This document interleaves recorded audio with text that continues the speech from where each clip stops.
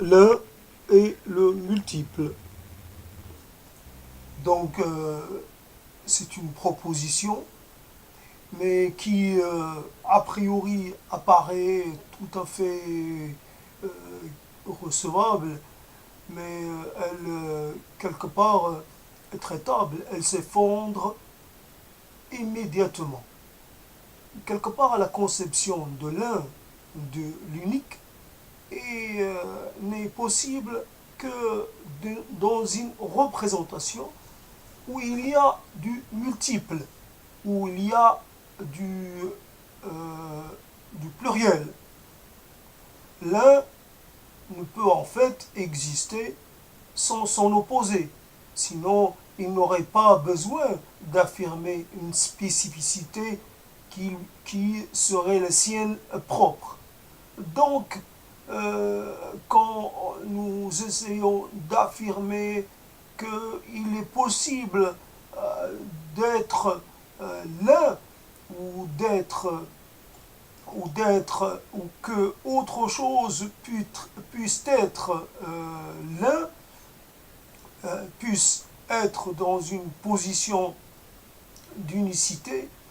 Donc, de par cette qualité, seule, il n'est pas possible d'affirmer une radicale un statut radical ou une comment dire, une donc à part de vouloir élargir et à chercher à l'entité qu'on veut désigner par le terme d'unique, par cette qualité-là, à moins de lui chercher d'autres qualités qui vont la distinguer. Nous sommes dans un monde qui fonctionne énormément sur les visions binaires, sur des visions de, comment dire, euh, d'accompagnement. Les opposés s'opposent, mais ces opposés, comment dire, euh, ces deux, ces, ces opposés ne coexistent puisqu'ils sont en fin de compte une seule et même de face d'une seule et même réalité, ou à la rigueur peut-être une seule réalité en fin de compte. Donc il n'y a ni unité, ni pluralité, ni multiplicité. Il y a la division est quelque part une simple opération pour peut-être faciliter comme une approche pour saisir la réalité, une réalité divisable et peut-être plus facile à comprendre, plus facile à approcher qu'une réalité fermée sur elle-même et qui ne serait accessible par aucun moyen. Et donc, il est, l'idée, la proposition de l'un ou de l'unique et du pluriel m'est venue du fait que, quelque part, j'essaie de me situer dans une position extérieure, de faire en sorte de construire une retraite qui serait absolument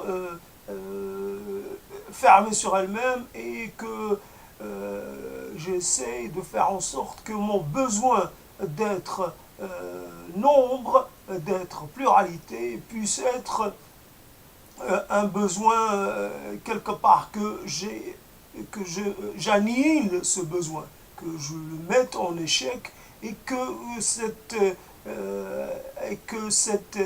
comment dire, euh, ce passage soit à cette réalité soit un passage réussi, totalement réussi.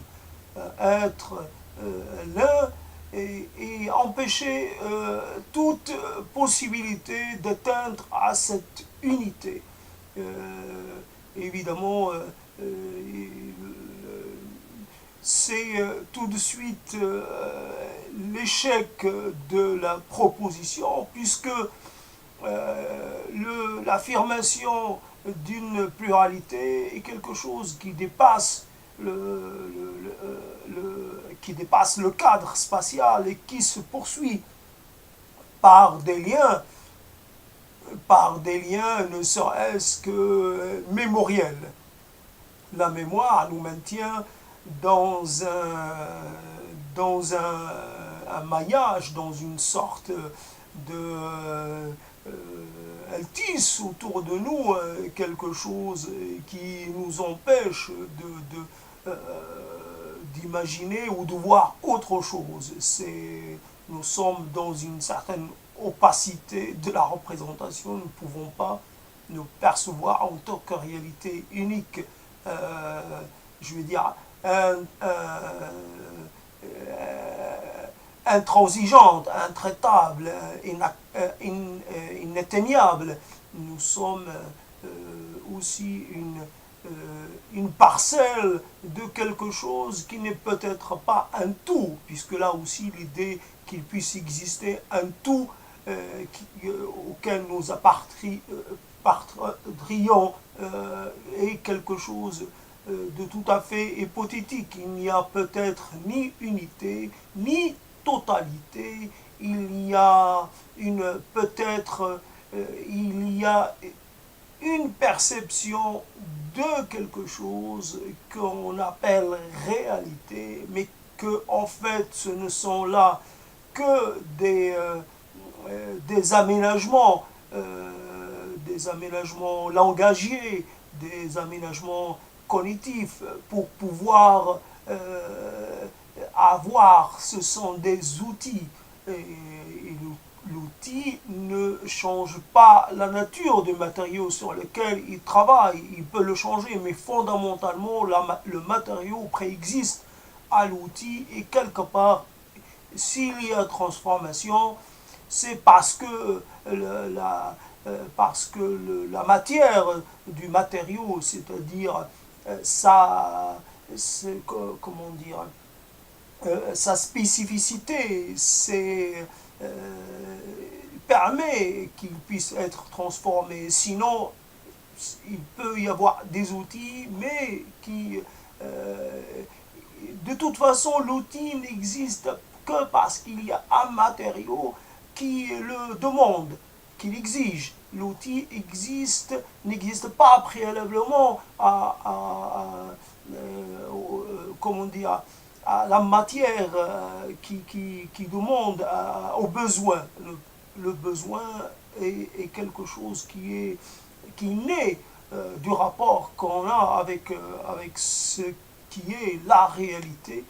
Mais autant sur un plan quelque part terre à terre, quand on parle d'outils, on pense à un outil bien réel qui va obligatoirement nous permettre de prendre possession de la matière, de pouvoir utiliser les matières à notre bénéfice, et qu'il s'agisse de la morceler ou qu'il s'agisse de la monceler, l'assembler, peu importe l'usage. Il y a quelque part la réalité de la matière est une réalité qui nous échappe. La réalité, même transformée, même quelque part, même altérée, même complètement métamorphosée, restera la matière telle qu'elle a été, telle qu'elle a comme, telle qu'elle a été élaborée dans quelque chose qui est hors de notre portée. La matière préexiste à la perception qu'on a de cette matière, et cette perception n'est qu'une approche, sûrement, parmi d'autres approches. Nous sommes nous proposons des choses, ce ne sont que des propositions qui sont confirmées ou infirmées, qui sont des propositions valables pendant un certain temps et peut-être qui peuvent devenir invalides.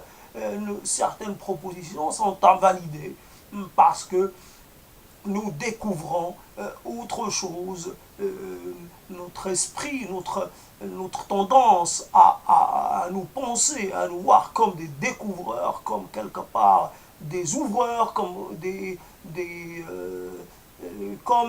dotés d'une capacité à faire œuvre de, comment dire, presque à avoir un pouvoir sur les choses, alors que découvrir ne veut pas dire qu'on est à l'origine de la chose découverte. C'est souvent un hasard, un ensemble de circonstances qui ont permis, un ensemble de circonstances qui a permis à cette découverte de se faire. On peut imaginer qu'un certain nombre de découvertes, ce que nous appelons découvertes, ne seront pas faites parce que ce concours de circonstances n'a pas eu lieu. Donc, l'un et le multiple propositions qui rencontrent des difficultés à devenir opératoires, à tenir face à un questionnement qui n'est pas, dans une démarche comment dire, un questionnement un peu tordu, un peu poussé, un peu tiré, un peu dans tous les sens, mais pourquoi pas au moins cela au niveau abstrait, nous pensons avoir le droit de tordre les choses, d'essayer d'avoir des perceptions variées, changer l'angle de vision, d'approche, etc. etc. Quelque part, donc, si j'essaie de voir ce qui est l'un par rapport à ce qui est le multiple, à ce qui est euh, quelque part la masse, l'ensemble, l'ensemble qui fait masse. Et l'un est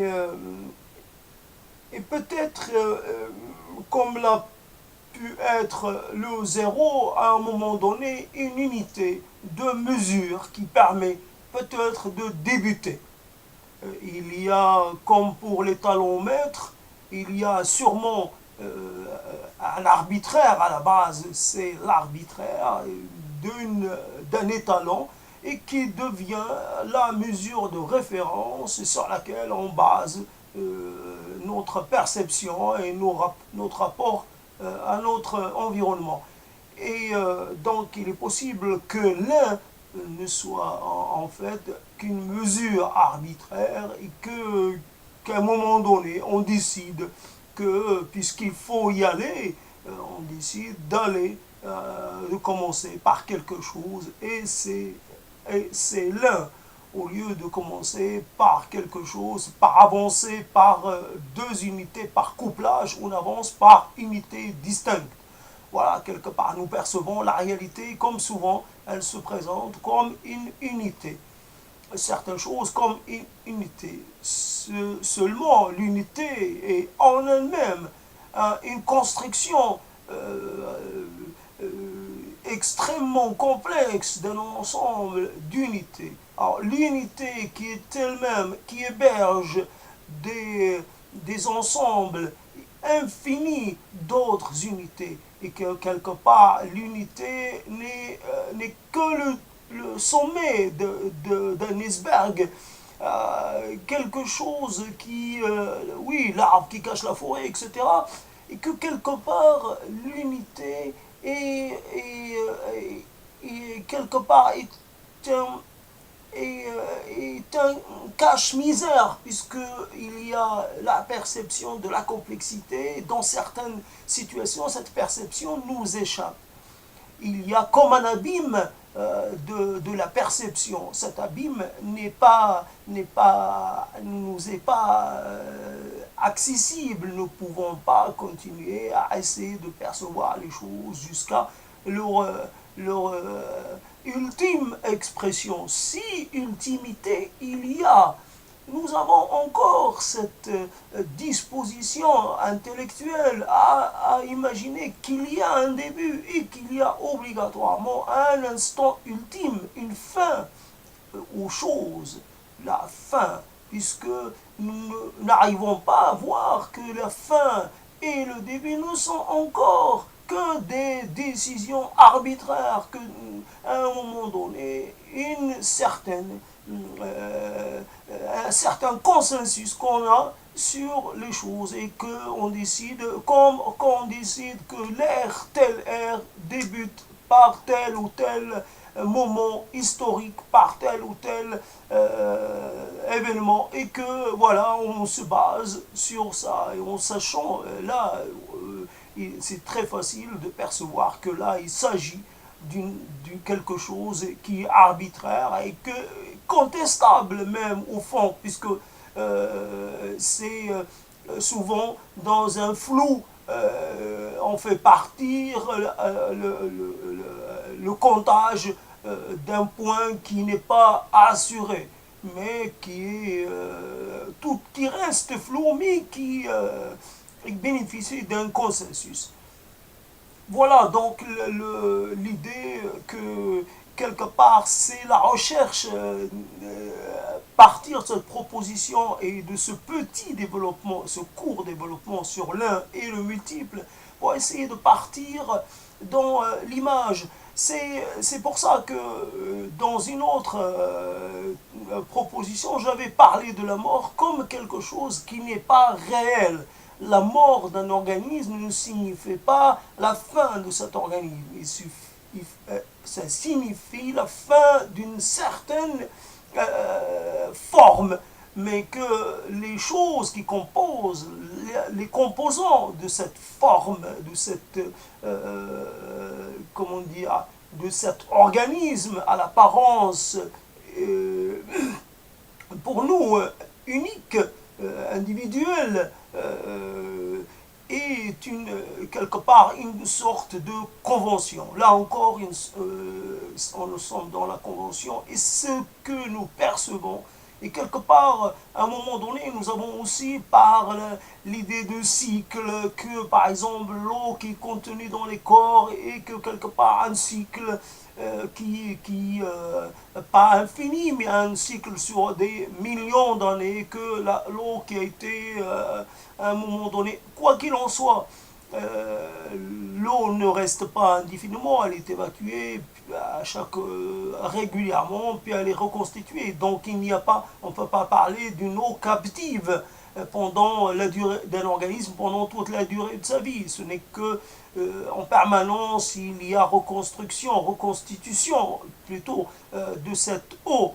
Mais que enfin, on va dire, je ne sais pas, donc rendre l'eau au cycle de l'eau ne signifie rien, n'est pas non plus une proposition pertinente. En tout cas, il y a peut-être des éléments qui sont dans une certaine indisponibilité pendant un certain temps, et que au changement d'état de cet organisme, ces éléments, ou en tout cas, redeviennent disponibles pour s'intégrer dans d'autres éléments et être de nouveau partie prenante d'une autre complexité. Ainsi, c'est peut-être l'idée de la complexité des choses, qui quelque part, dès qu'on parle de complexité, ça nous épargne peut-être de faire d'autres propositions. Complexité, ça veut dire si je n'arrive pas à saisir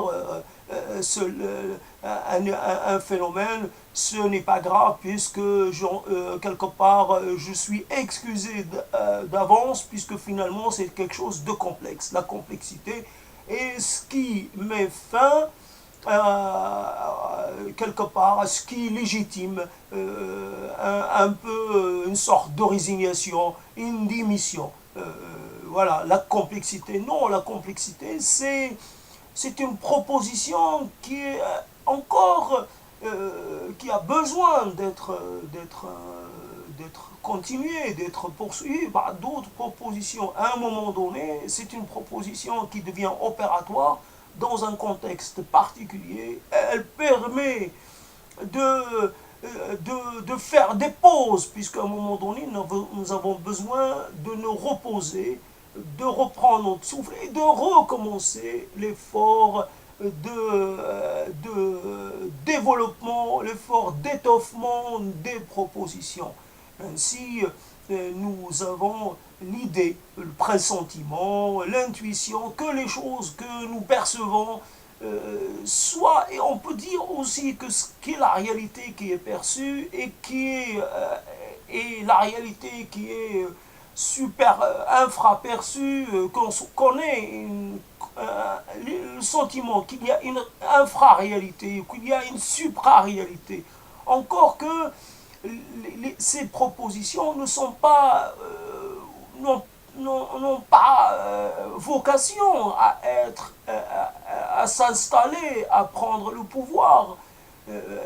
Encore, il peut y avoir rien du tout finalement. Mais le problème de cette définition, le rien, le néant, quelque chose qui ne peut être qui ne peut avoir ni d'identité, ni de fonction, ni de réalité. Tout ce qui est notre univers conceptuel n'est n'est en aucun cas en capacité de concevoir les choses. Peut-être que l'idée même de concevoir est une idée, est une fausse bonne idée, et que quelque part, au-delà de ce que nous avons, parce que là aussi nous avons un arbitraire de la perception, nous sommes une sorte d'arbitraire, un consensus global sur un certain nombre de perceptions, même s'il y a des gens qui avancent des idées, des vérités sur des perceptions alternatives ou des perceptions, comment dire, qui fonctionneraient en parallèle. Cela n'est pas satisfaisant puisque en fin de compte ça participe toujours d'une certaine ça nous maintient dans la perception que nous avons de nous-mêmes et ça introduit d'autres acteurs en jeu et force, puissance, mais sans plus. Alors que ce que nous percevons par nos capacités cognitives est peut-être une non-perception. Et que même quand on emprunte un mot qui lui a une signification, qui lui parlerait d'un vide, d'une non-existence, d'un non-contenu, d'un non-concret, d'une non-substance, d'une non... même quand encore cela est le résultat comment dire,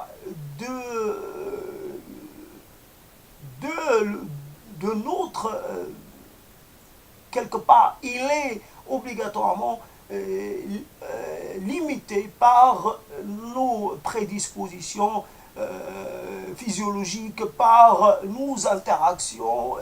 Nous ne sommes pas à l'abri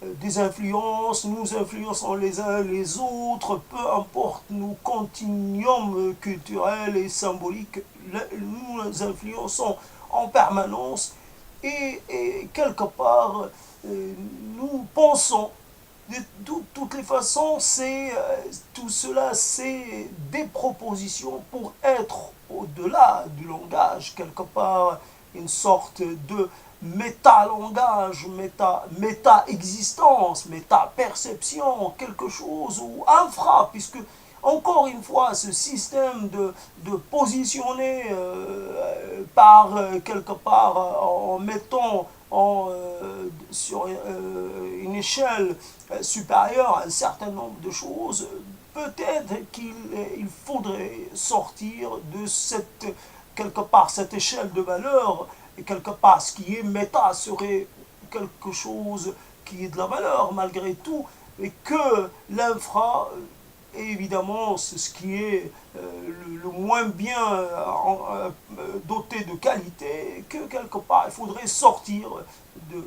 Donc, les mots en premier à fuir, après à fuir les automatismes cérébraux, cognitifs, etc.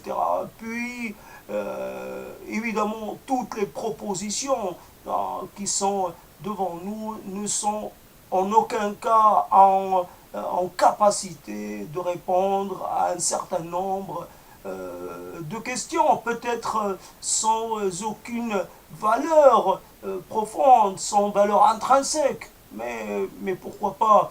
Encore une fois, il n'y a pas de distinction entre ce qui aurait de la valeur intrinsèque et ce qui aurait de la valeur extrinsèque. Tout a encore, l'idée de valeur est une idée à revoir. Les choses n'ont pas à avoir de la valeur ou à ne pas en avoir. Encore, je suis évidemment limité par mon vocabulaire, limité par mes capacités cognitives et par le rareté de l'exercice. Je ne fais pas ce type d'exercice assez souvent. C'est assez éprouvant et quelque part, on n'est pas assuré du résultat. Là, je le fais comment dire, je le fais en one shot, c'est comme ça. Et après, ça donne peut-être quelque chose de tout à fait un peu particulier, je dirais pas confus parce que ce n'est pas le cas, un peu particulier, mais c'est aussi cela qui quelque part m'intéresse, c'est d'être au-delà de ce qui est de l'apparence et à apprendre quelque part à être moins dans le monde, dans ce qui est être dans ce qui est rapport avec le monde, le rapport de possession ou le rapport d'appartenance, plutôt à être dans une certaine extériorité qui me permettrait d'élargir mon champ de perception si cela est possible. Je clôt la parenthèse et je vous laisse à vos œuvres, à vos ouvrages.